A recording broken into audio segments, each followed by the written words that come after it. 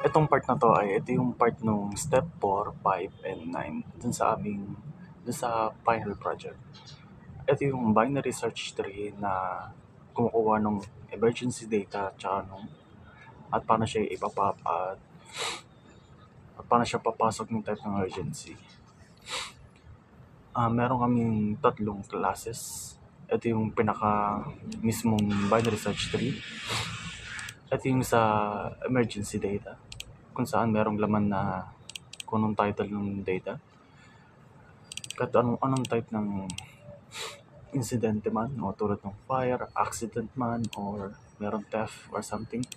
At kung urgency, kung gaano siya ka-serious or na kailangang puntahan yung respondent.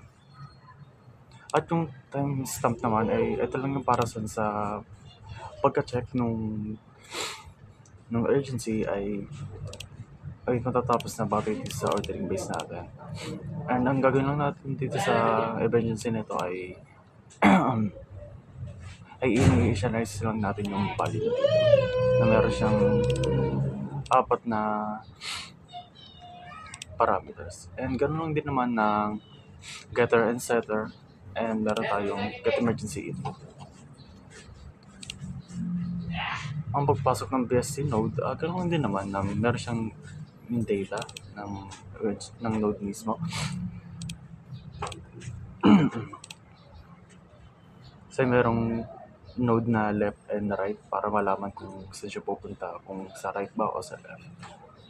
Ang ganoon din naman na initialize and getter and setter lang.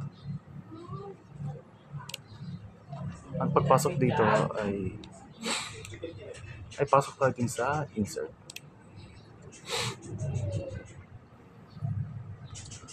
Pagpasok sa insert ay batay din sa ating set timestamp ay ilagay natin ng mas mataas dahil sinasabi natin meron tayo na emergency, and i-insert natin yung value nun sa node natin mismo.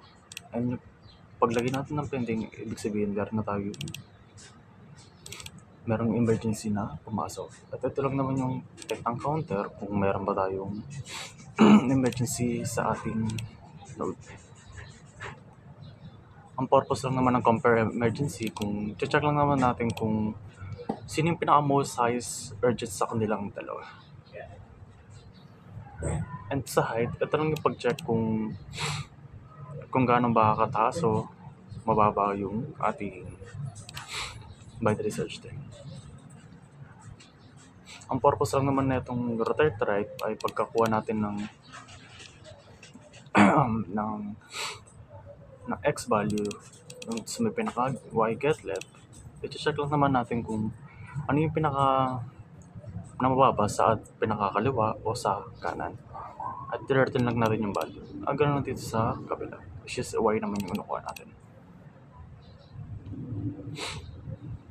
Dito naman sa insert node ay ganun din naman, ay check lang naman natin kung ito ba yung pag walang laman, and then bibigyan natin ng panibagong laman ulit. Kasi batay doon sa may compare emergency kanina, and din natin nilalagay kung saan ba siya pupunta, kung sa right or left ba siya o hindi. Ito lang yung pinaka-most na code niya. Which is yung node set left, say insert node, punta tayo sa left, lagay natin dito. And so on. And batay doon, kukunin natin yung set height ng panibago nating data since nag-add tayo. And batay doon sa may mat.max ay kukompare lang natin yung dalawa kung yung get left ba o yung get right yung mas mataas.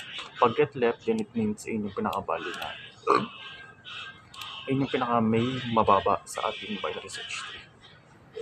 Pag unbalanced yung tree, then it means check natin yung rotation natin sa ating binary search tree. Pag greater than 1, then it means lilipat lang naman natin sa get left.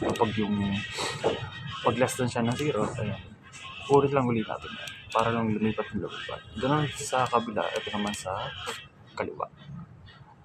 And dito, ang chinecheck lang naman nan ay dito na mismo papasok yung setting natin ng left. Dito naman ay right. i-return natin yung node kung ano man yung node na yun. Dito lang naman i-check, i-display lang naman natin yung emergency na pag nakakuha tayo ng bagong emergency ay maglalagay na siya ng new emergency request received. And bali dito ay ito yung code na pagka-display natin, return natin ng counter pag wala siyang laman. Pero pag may laman, check lang natin kung ano yung pinaka get root mismo, get right, which is yung get right natin, ito yung pinaka most urgent, which is yung pinaka highest value. Kaya ito siya ay nasa right mismo. Check natin yung sabihin, type ang counter, display emergency, ito naman yung sa kung yung pinaka mababa, which is yung sa left. And pagkatapos, which is ito naman yung part ng step 9, pag na-resolve na yung isang problem, ay papapla natin yung pinaka-most urgent. Since alam naman natin yung pinaka-most urgent ay yung pinaka-highest, at siya naman yung pinaka nasa right mismo. Kaya pagkapasok natin sa remote, pasok tayo sa data na to.